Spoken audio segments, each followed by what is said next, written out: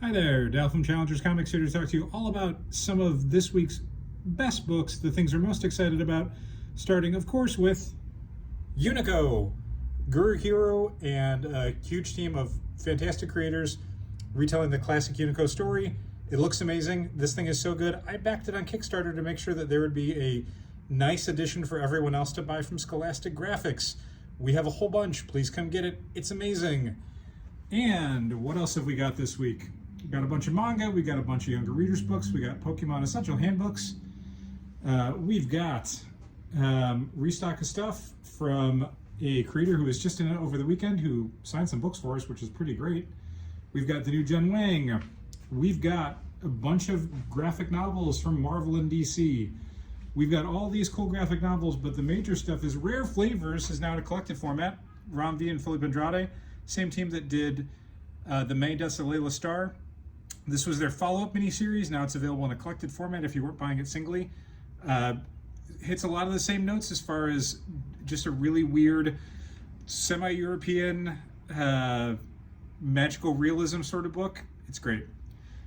Major book for the week, though, Houses of the Unholy. This is the new Ed Brubaker, Sean Phillips mystery/horror book. And just like their last few books, the first 40 people who come to Challengers to get their copies of the book, either subscribers or off the shelf, will get this cool limited edition signed book plate signed by Ed Brubaker and Sean Phillips. I'm sure you can tell from those two signatures that says Ed Brubaker atop and Sean Phillips right below it. Regardless, it is a free limited edition book plate for the first 40 people who come and get their copies, either your subscriber copies, buying it off the shelf, or on Thursday at noon when all of our new this week stuff goes for sale on our website. These are going to go fast. They always run out. Comics for the week. Babs from Garth Ennis and Jason Burrows. This is honestly way more fun than I thought it was going to be. I'm not a huge fantasy guy. I don't usually care about fantasy parody stuff. This is a really good Garth Ennis take on like a Red Sonja book. I thought it was hilarious. I'm making it our pick of the week as long as it lasts. Once we run out, I'm sure it'll be a different book. Give this one a try. We've got second issue of Barfly. This is Kyle Starks and Ryan Brown working in the world of Patton Oswalt and Jordan Bloom. It is an incredibly funny book that I think a lot of people overlooked because they're not usually reading Minor Threats, but if you read anything by Kyle Starks or Ryan Brown, you're gonna love this. We still have the first issue in stock, so you can catch up. Issue 2's out this week. We've got DC versus Vampires, World War V. This is the brand new follow-up to the excellent 12-issue Elseworlds DC versus Vampires book. It's by most of the same creative team. It is following directly on. It might as well be issue 13 of the series. If you read the last one, you are going to want to read this. This isn't one of those sequels that's by a different creative team that follows different characters. This is the next thing that happens, and it's excellent. Defenders of the Earth #1. Part of the Flash Gordon stuff. Obviously, we got Flash Gordon there. We got the Phantom. We got Mandrake the Magician. It's Defenders of the Earth. What else? Oh, of course. Guilt Frame. Brand new Matt Kint. This is a gigantic, look at how thick this book is, new miniseries. It is it's like a family mystery book. And I mean that both in the sense of the characters in it are related and also Matt Kint wrote this with his mom. Worth checking out for sure. Matt Kint's a very interesting creator. This is very much in the vein of some of the kind of earlier stuff that he was doing, like Red Handed, like Revolver. Good stuff. We got the next issue of the weekly Gotham City Siren series. I don't think enough people pick this thing up. I think it's fantastic. I dislike the rotating art teams, but I think the idea of just a basic weekly Poison Ivy, Harley Quinn, Catwoman team up to fight Punchline book is great. Leah Williams kills it on this. This is the second of 4 issues. We still, of course, have issue 1 in stock because, like I said, I don't think enough people were picking it up. Maybe give it a shot. House of Secrets gets a reprint, reprinting the first appearance of Swamp Thing. There he is all the way in the background. Iron Fist, 50th anniversary. This is a little one-shot. It has a bunch of different creative teams you can see down there. Mostly people who've worked on various iterations of the character with this fancy new Alan Davis cover. Johnny Quest #1, part of Dynamite's various animated series. I'm not a Johnny Quest guy. I didn't look at this. I don't know. But Joe Casey's writing it, so that's pretty fun. Kosher Mafia. Again, we had a creator in over the weekend. got some copies of his book, and he signed them right there. Give this one a try. Finally, the first issue of Pee Pee Poo Poo, the award-winning Pee Pee Poo Poo. Like it says, #1, first issue right there, and it is indeed the first issue of Pee Pee Poo Poo. Caroline Cash's amazing 8-ball-esque anthology. It's so good. What else? Secret Wars #8. The debut of the black costume of Spider-Man gets its facsimile edition. We have a bunch of these because we figure, people who maybe weren't buying issue 6 or 7 of Secret Wars would probably want the one where Spider-Man's black costume first appears. Brand new Boom series. I'm taking this home to read this tonight. I didn't give it a read yet, but it looks fantastic. Sir, S-I-R.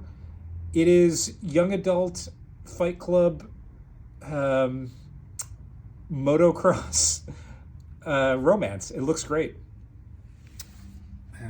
New issues of so many different Spider books. We got Spider-Boy, Spider-Man, Miles Morales. But we've also got Spider Society #1. This is Enter the Spider-Versers. If you can't figure this out from the cover, hey, Marvel heard you liked that Spider-Verse movie, so they made a book with all the Spider-Verse characters in it. So there's that. It's got a regular cover, a bunch of variants, an incentive cover. The long-awaited Spidey and His Amazing Friends comic book. I don't think there's a single younger reader thing that we get more requests for from parents than a Spidey and His Amazing Friends comic book. We've got little golden books, we've got board books. Kids want comic book versions of these characters, and we finally have it. If you've got a kid that you want to get into Spider-Man, or if you've got a kid who is obsessed with Spider-Man, this is finally available for them to read. TMNT Nightwatcher #1. I'm going to tell you right now, we probably didn't order enough copies of this, so if you are interested in it, I would swing by and grab it. I'm a little disappointed because I read it and I didn't realize it starred my absolute favorite Ninja Turtle. If I'd known that, I probably would have ordered more. But it is a mystery. You find out in the first issue who the new Nightwatcher character is that's protecting Mutant Town. I thought this was a lot of fun. It's written by Junie Ba, who's doing the Boy Wonder series at DC. It's a fun first issue. It includes a lot of the stuff from the old TMNT book, the previous 150 issues, that I think Jason Aaron's probably not going to want to deal with a whole lot. So if you liked the previous iteration of Turtles and want to see more of that supporting cast and that dynamic, this is the book for you. New issue of Transformers is out. Transformers #11. Huge developments in the world of the Transformers. And by the way, this thing won a bunch of Eisner Awards because Dan Johnson is really good at what he does. And also, George Corona is the artist and is unbelievably so good. You're all reading this. You don't need me to tell you. Ultraman X Avengers. I'm just going to say Ultraman Avengers because I never know how to pronounce that. This is following on from the Kyle Higgins and Matt Groom Ultraman series that have been running, but now with the Avengers. So if you needed an excuse to pick up a cool Ultraman comic made for American audiences, this is the one. Venom War Spider-Man, the first of what's probably going to be a million Venom War tie-ins. This is Colin Kelly, Jackson Lansing, and Greg Land doing a story where Spider-Man, I guess, gets a black costume again. Werewolf by Night Red Band. You guys all bought so many copies of the Blood Hunt Red Band book, so now not only is Marvel going to be running that thing to death with Werewolf by Night as a Red Band only miniseries. There is no non-Red Band edition. But I believe next week we have Wolverine Revenge Red Band, and now even other publishers like Distillery have started to produce Red Band editions of their stuff, where it's got a little bit more violence for a little bit more money. Once again, this is only in a Red Band. I haven't taken a look at it because I did not want to tear open a bag and ruin a copy of the book. So y'all will have to come in and grab a copy of this and tell me if it lived up to the hype. X Factor #1. We are now in month 2 of the X-Men From the Ashes launches. This one is one of the ones I was most looking forward to. This is Mark Russell, Bob Quinn.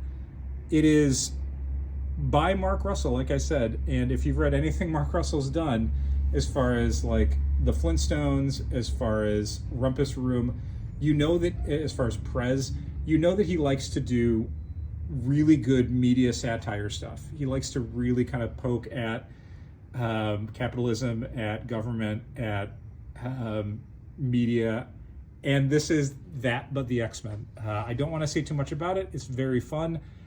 It's got a real sense of humor about itself, but it still is trying to talk about very specific things as far as, is it better to rail against an unfair system or try and work within it? I thought this was great.